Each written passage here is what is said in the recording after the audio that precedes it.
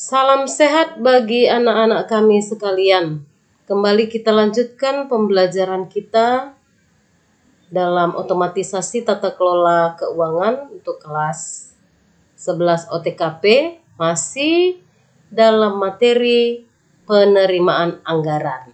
Ya, kalau sebelumnya ya kita sudah mempelajari beberapa hal di dalam penerimaan anggaran, ya. Yang pertama tentang sistem penerimaan anggaran. Nah, di dalam sistem penerimaan anggaran itu, ya, yang sudah kalian dapatkan, yang sudah kalian pelajari tentang sistem penerimaan kas dan sistem penerimaan kas dari penjualan tunai. Apa itu penerimaan kas? Kemudian bagaimana sistem penerimaan kas dari penjualan tunai sudah kalian pelajari pada pertemuan sebelumnya. Sekarang kita lanjutkan ya pada pembelajaran kita untuk materi sistem penerimaan kas dari piutang ya. Sistem penerimaan kas dari piutang. Nah, kalau dikatakan piutang, tentunya kamu masih mengingat transaksi apa yang mengakibatkan adanya piutang. Iya, benar ya. Nah, transaksi penjualan kredit ya. Transaksi penjualan kredit itu mengakibatkan adanya piutang. Dan pada saat tertentu, piutang ini akan dibayar oleh pelanggan. Ya. Nah, dari pembayaran yang dilakukan oleh pelanggan, maka perusahaan menerima kas. Nah, jadi bagaimana sistem penerimaan kas dari piutang? Nah, untuk menjamin penerimaan kas dari debitur melalui transaksi kredit atau piutang, maka perusahaan mengharuskan ya, ada keharusan yang ditetapkan oleh perusahaan untuk menjamin penerimaan kas dari piutang. Yang pertama, debitur melakukan pembayaran dengan cek atau dengan cara pemindahbukuan melalui rekening bank, ya, rekening bank ataupun bilet giro, ya, bilet giro.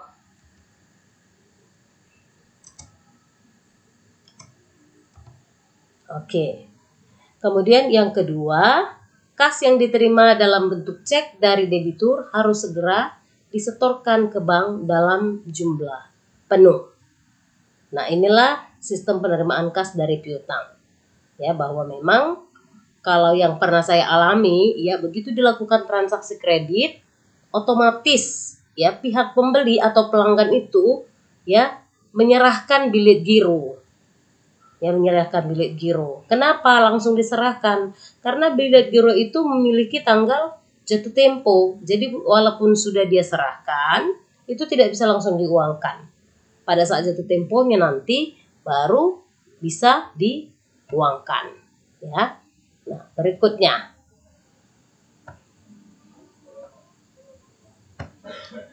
Unit organisasi yang terkait dalam sistem penerimaan kas dari piutang.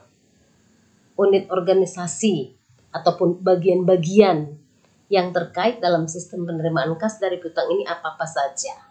Yang pertama adalah fungsi sekretariat. Ya, fungsi sekretariat ini bertanggung jawab dalam penerimaan cek dan surat pemberitahuan melalui pos dari para debitur perusahaan. Nah, jadi fungsi sekretariat itu bertanggung jawab dalam hal penerimaan cek dan surat pemberitahuan melalui pos dari para debitur perusahaan. Nah, yang kedua, fungsi penagihan. Fungsi penagihan ini bertanggung jawab melakukan penagihan piutang kepada debitur berdasarkan daftar yang dibuat oleh fungsi akuntansi. Ya. Yang ketiga, fungsi kas. Bertanggung jawab menyetorkan kas yang diterima secara penuh ke bank. Nah, fungsi kas ini biasanya berhubungan dengan kasir, ya. Fungsi akuntansi bertanggung jawab dalam pencatatan penerimaan kas dan berkurangnya piutang ke dalam kartu piutang. Dan yang terakhir, fungsi pemeriksa intern dan bertanggung jawab dalam melaksanakan perhitungan kas yang ada di tangan secara periodik. Jadi pemeriksa intern biasanya melakukan perhitungan kas secara periodik di tangan kasir. Nah, itulah organisasi yang terkait dalam sistem penerimaan kas dari piutang. Ya, ada 5. Fungsi sekretaris, fungsi penagihan, fungsi kas, fungsi akuntansi, dan fungsi pemeriksa intern. Oke. Yang dokumen yang digunakan ya dalam sistem penerimaan kas dari piutang, ya, dokumen yang digunakan. Dokumen-dokumennya berupa yang pertama surat pemberitahuan, ya. Dokumen ini dibuat oleh debitur untuk memberitahu maksud pembayaran yang dilakukan. Kemudian yang kedua, daftar surat pemberitahuan. Itu merupakan rekapitulasi penerimaan kas yang dibuat oleh fungsi sekretariat atau fungsi penagihan. Yang ketiga, bukti setor bank. Dokumen ini dibuat oleh fungsi kas sebagai bukti penyetoran kas yang diterima dari penagihan piutang ke bank. Kemudian yang keempat, kwitansi. Kwitansi itu merupakan bukti penerimaan kas yang dibuat oleh perusahaan bagi para debitur yang telah melakukan pembayaran. Nah, inilah dokumen-dokumen yang digunakan dalam sistem penerimaan kas dari piutang, ya. Ada surat pemberitahuan, ada daftar surat pemberitahuan, ada bukti setor bank, dan ada kwitansi. Oke. Inilah materi pembelajaran kita mengenai penerimaan anggaran, ya. Nah, penerimaan anggaran. Sampai di sini Ibu harapkan kalian dapat memahaminya dan mau mempelajarinya kembali sehingga akan lebih memahami dan dapat mengerti tentang materi pembelajaran ini. Akhir kata, Ibu sampaikan sekian dan terima kasih. Tetap semangat dan salam sehat.